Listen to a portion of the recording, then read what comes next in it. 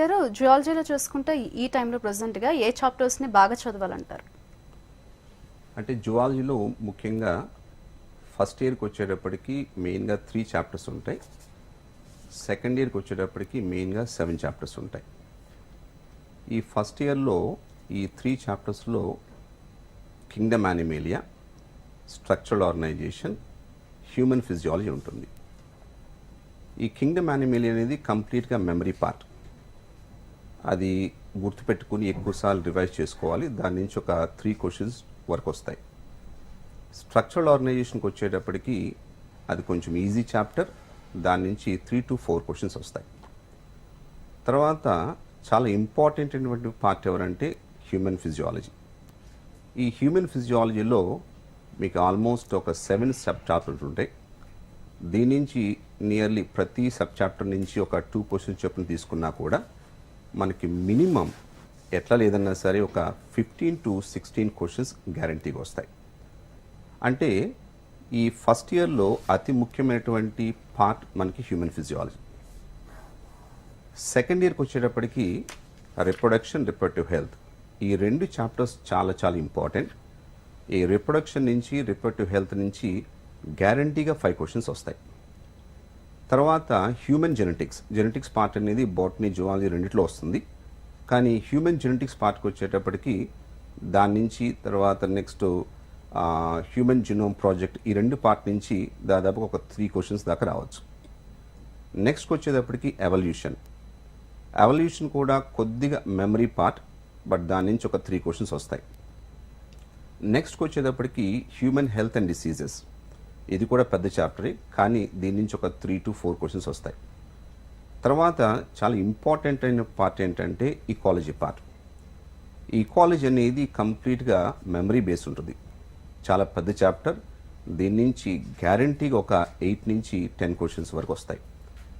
So ఈ రకంగా ముందుగా మనం ఏంటంటే ప్రతి చాప్టర్కి ఎన్ని క్వశ్చన్స్ వస్తున్నాయి, ఎంత వెయిటేజ్ ఉంది, అవన్నీ మనము ఒక క్యాల్కులేట్ చేసుకుంటూ దాని ప్రకారం మనం ప్రిపరేషన్ అనేది ఉండాలి. సో మెయిన్గా అయితే మాత్రము హ్యూమన్ ఫిజియాలజీ, తర్వాత ఇకాలజీ పార్ట్ మీద ఎక్కువ ఫోకస్ చేయాలి.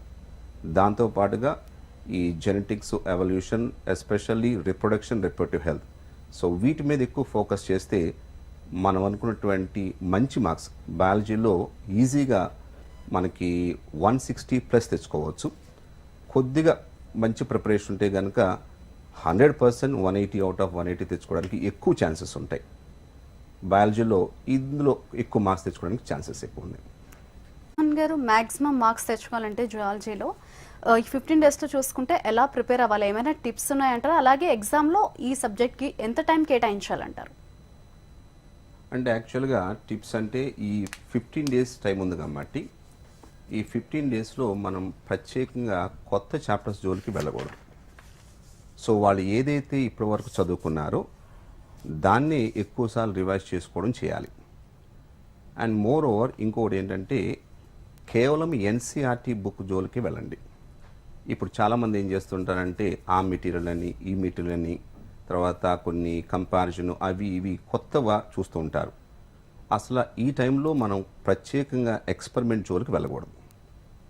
మనం కేవలము ఎన్సీఆర్టీ బుక్, అందులో ఈ 15 రోజుల్లో ఎక్కువ ప్రాక్టీస్ పేపర్లు చేస్తూ ఉండాలి.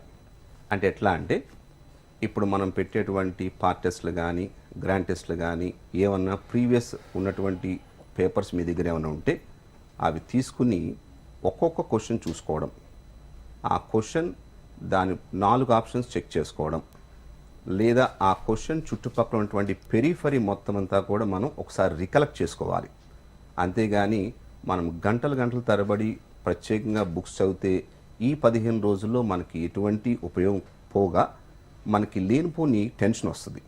సో టెన్షన్ రావాలంటే ఓన్లీ బెస్ట్ మెడిసిన్ ఏంటంటే రికలెక్షన్. సో ఇప్పటి వరకు చదివిన దాన్ని మనం నెమరు వేసుకుంటూ ఉండాలి. అది ఎలా పాసిబుల్ అంటే ఓన్లీ త్రూ గ్రాండ్ టెస్ట్ కావచ్చు, ప్రాక్టీస్ కావచ్చు. ప్రాక్టీస్ టెస్ట్ ఒక 2-3 రోజులు చేసిన తర్వాత గ్రాండ్ టెస్ట్ ఎక్కువ చేయాలి. అంటే ఒక గ్రాండ్ టెస్ట్ మనం చేస్తున్నామంటే ఓవరాల్గా మనం టోటల్ సిలబస్ మొత్తం ఒకసారి మనం చుట్టేసినట్టే. అంటే ఎట్లా అంటే ఒక పర్టికులర్ చాప్టర్ తీసుకున్నాం, ఆ చాప్టర్లో లేదా ఒక క్వశ్చన్, ఆ క్వశ్చన్ దాని చుట్టుపక్కల పెరిఫరీ రికలెక్ట్ చేసుకోవాలి. రికలెక్ట్ చేసిన తర్వాత ఆ చాప్టర్ మొత్తము నాకు అమ్మయ్య వచ్చేసినటువంటి ఒక కాన్ఫిడెన్స్ లెవెల్ తెచ్చుకోవాలి. తెచ్చుకున్న తర్వాత నెక్స్ట్ క్వశ్చన్, ఆ నెక్స్ట్ క్వశ్చన్ తాలూకు చుట్టుపక్కల పెరిఫరీ. ఈ రకంగా ప్రతి క్వశ్చన్ అంటే ముందు మనం ఫాస్ట్గా నువ్వు గ్రాండ్ టెస్ట్ ప్రాక్టీస్ చేసే బదులుగా ఒక 4 to 5 డేస్ గ్రాండ్ టెస్ట్ పేపర్ని ఏం చేస్తామంటే క్వశ్చన్ టు క్వశ్చన్ సాల్వ్ చేసుకోవాలి. క్వశ్చన్ టు క్వశ్చన్ అంటే ఇప్పుడు చెప్పిన ప్రకారం ఒక క్వశ్చన్, దాని చుట్టుపక్కల పెరిఫరీ. అలాగ ఒక 4-5 డేస్ చేసేటప్పటికి ఓవరాల్గా నీకు సబ్జెక్ట్ మీద కమాండ్ వచ్చేస్తుంది. ఆ తర్వాత నెక్స్ట్ ఎంత ఫాస్ట్గా చేయగలిగామనేది చూసుకోవాలి. లాస్ట్ 5 డేస్ ఫాస్ట్గా ఒక ఎస్పెషల్లీ బయాలజీలో మీకు సాధ్యమైనంత వరకు 45 మినిట్స్లో కంప్లీట్ చేసేయాలి, బోటనీ జువాలజీ కలిపి. దానివల్ల మీకు ఎక్కువ టైం దొరుకుతుంది ఈ కెమిస్ట్రీ ఫిజిక్స్ మీద ఫోకస్ చేయడానికి. ఈ రకమైన పద్ధతి ఫాలో అయితే డెఫినెట్గా ఎస్పెషల్లీ బయాలజీలో బోటనీ జువాలజీ అన్నీ కలిపి బ్రహ్మాండమైనటువంటి మార్క్స్ వస్తాయి. 300+ మార్క్స్ ఈజీగా స్కోర్ చేయొచ్చు. అది యావరేజ్ పిల్లల కోసం చెప్తున్నాను.